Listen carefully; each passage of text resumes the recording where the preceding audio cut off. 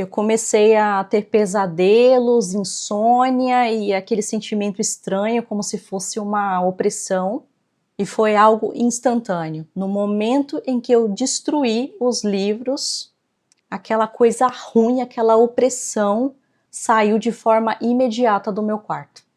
Bom, apenas para te dar um pouco de contexto, eu trabalhava bastante longe de casa, então eu ia para o trabalho de ônibus fretado. Dentro desse fretado tinha uma moça de mais ou menos uns 17, 18 anos, que sentava do lado direito, um pouco mais à frente de mim. E essa moça, ela me chamava muita atenção, porque enquanto todos no fretado dormiam, ela passava as mais de 4 horas de percurso lendo livros. E eu me lembro que essa moça me deixava assim intrigada, porque na minha família a gente não tinha esse hábito da leitura, então aquele amor pelos livros me deixava bastante intrigada. Até que um dia eu me sentei do lado dessa moça e perguntei a ela: o que você está lendo? Ela foi bastante amável comigo, me respondeu que estava lendo uma saga que se chamava Os Sete. E aí ela começou a me contar um pouquinho da história do livro, e eu lembro que eu achei tudo aquilo muito fascinante e intrigante, e eu acabei comprando a saga também para ler. A saga se tratava de um drama onde 3 mergulhadores encontraram uma caravela portuguesa que estava naufragada há mais de 500 anos na costa do Rio Grande do Sul. Dentro dela havia uma caixa misteriosa de prata e havia uma inscrição que alertava que a caixa nunca poderia ser aberta. Mas apesar dos avisos, a curiosidade leva esses jovens a acionar uma universidade para investigar o objeto, e quando a caixa é aberta, são revelados 7 corpos mumificados. Esses vampiros despertam a partir de uma gota de sangue que cai sobre eles quando alguém se machuca ao abrir essa caixa, liberando 7 vampiros com poderes sobrenaturais. Cada vampiro possuía uma habilidade especial. Um controlava gelo e frio, o outro tinha o poder de despertar os mortos, um outro tinha poder de manipular tempestades, outro tinha poder de imitar aparências e assim por diante. E a história se desenrola ao redor do caos que esses vampiros causam a essa cidade, dentre eles mortes brutais e ataques sanguinários. A presença deles causa pânico de forma generalizada, fugas em massa, histerias e ações desesperadas da polícia e do exército, uso de poderes sobrenaturais. Cada vampiro tem habilidades únicas, como manipular a mente, criar ilusões, congelar pessoas, controlar sombras ou se tornar invisíveis, o que aumenta o medo e a sensação de impotência das vítimas. Caçada implacável, eles perseguem os humanos por prazer, como se fosse um jogo, prolongando o sofrimento dessas pessoas. Desejo de dominação, além de matar, alguns têm o desejo de transformar esses humanos em servos e ampliar o seu poder espalhando a ameaça. E destruição gratuita. Em alguns momentos, eles causam destruição apenas para mostrar força e espalhar terror. Quando eu li esses livros, eu lembro que eu fiquei fascinada com a história. Eram livros que prendiam muito a atenção e, como todo bom drama, né, tinha um vampiro que era o bonzinho da história. Parecia até uma injustiça ele ser um vampiro. Acabei até me apaixonando por aquele personagem bonzinho. Terminei a saga, guardei esses livros na minha prateleira e eles ficaram lá por um bom tempo. Com o passar dos anos, eu desenvolvi uma depressão, passei por um processo muito doloroso, e nesse processo eu também conhecia Jesus, entreguei minha vida a Ele, até que um dia eu comecei a sentir um certo incômodo quando eu entrava dentro do meu quarto. E eu achava que era coisa da minha cabeça, mas todas as vezes que eu chegava do trabalho, entrava dentro do meu quarto, não sei, era uma coisa esquisita, mas não era boa. E esse incômodo permaneceu por vários dias. Eu comecei a ter pesadelos, insônia e aquele sentimento estranho, como se fosse uma opressão. Por alguma razão, os meus olhos se fixaram naquela prateleira de livros. Eu fui até essa prateleira, eu peguei essa saga nas minhas mãos e me veio um pensamento que ultrapassou todos os outros, que me dizia que eu tinha que destruir esses livros. E eu relutei contra aquele pensamento, porque na minha cabeça, como recém-convertida, eu pensava, não, nada a ver, isso é só um drama, só uma história, não, isso não tem nada a ver. E aí eu guardei os livros de novo na prateleira, mas aquele incômodo foi crescendo e todo dia foi ficando mais forte, até que eu tive que pegar esses livros e destruir os livros. E foi algo instantâneo. No momento em que eu destruí os livros, aquela coisa ruim, aquela opressão saiu de forma imediata do meu quarto. Nesse dia eu dormi tranquila e não tive nenhum pesadelo. Foi uma coisa incrível, instantânea. E foi aí que eu me dei conta de que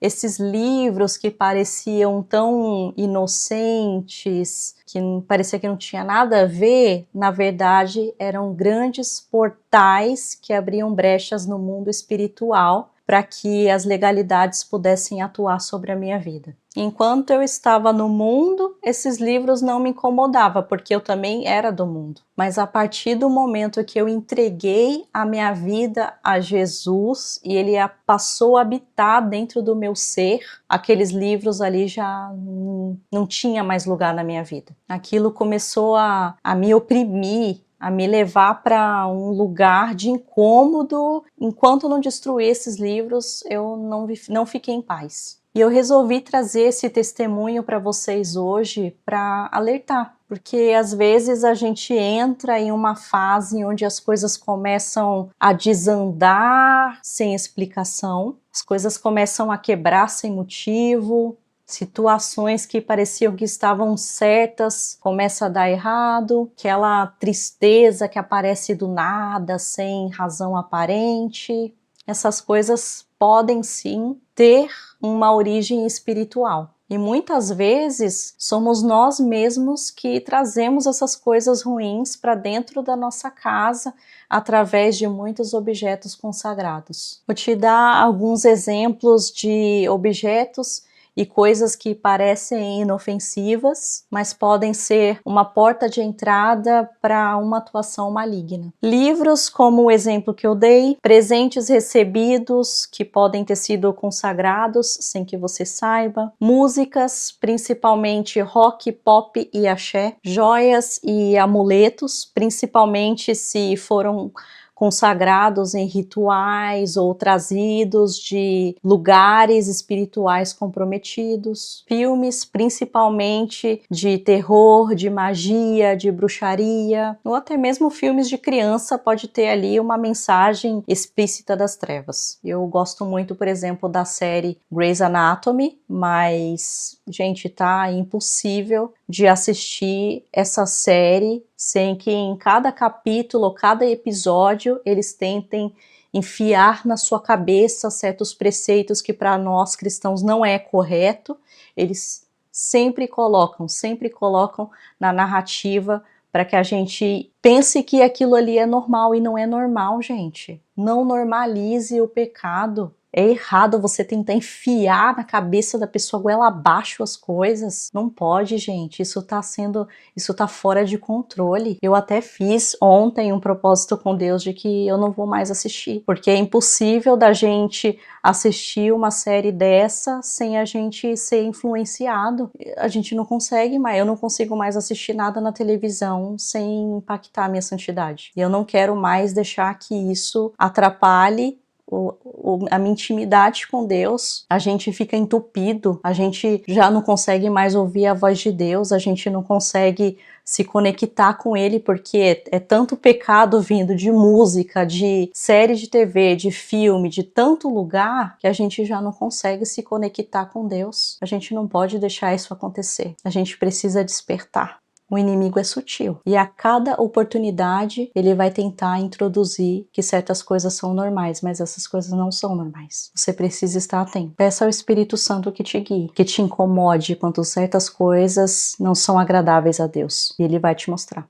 Comidas ou bebidas ofertadas em rituais, brinquedos e jogos, alguns podem conter símbolos ou mensagens ocultas, festividades e celebrações. O Halloween, por exemplo, é uma celebração ao inferno e muitas vezes deixamos, as nossas crianças se fantasiarem, colocarem, aquelas roupas e pedir doces, e às vezes recebem doce de lugares que nem sabe de onde veio. Então a gente precisa tomar muito cuidado, principalmente com o Halloween. Ambientes como Rock in Rio, show da Madonna, show da Lady Gaga. Eu não sei se você sabe, mas essas pessoas são satanistas declaradas. E há muita influência maligna sendo derramada também nesses ambientes.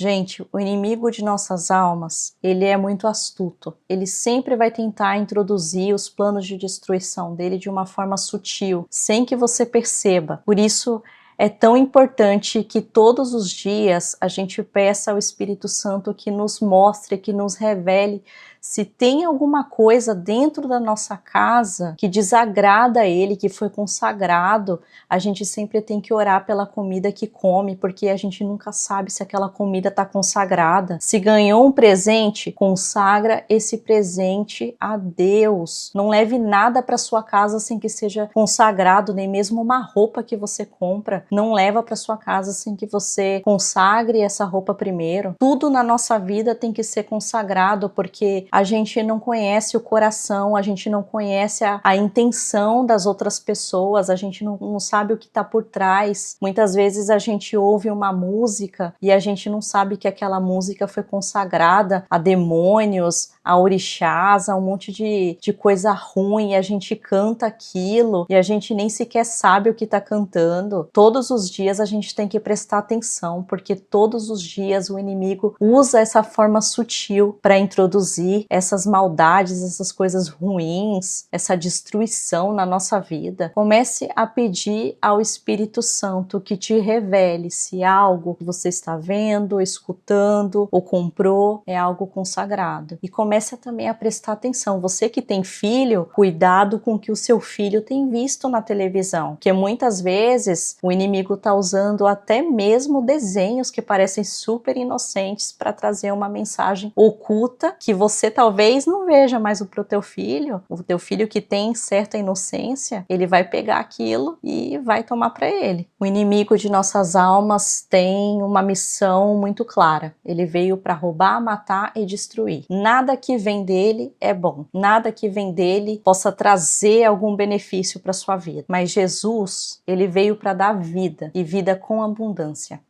Espero que esse testemunho tenha edificado a sua vida. Se você gostou desse vídeo, deixe o seu like, compartilha com o máximo de pessoas que você puder. E se você já teve alguma experiência parecida com a minha, conta aqui nos comentários que eu quero saber. Um super beijo, graça e paz e até o próximo vídeo.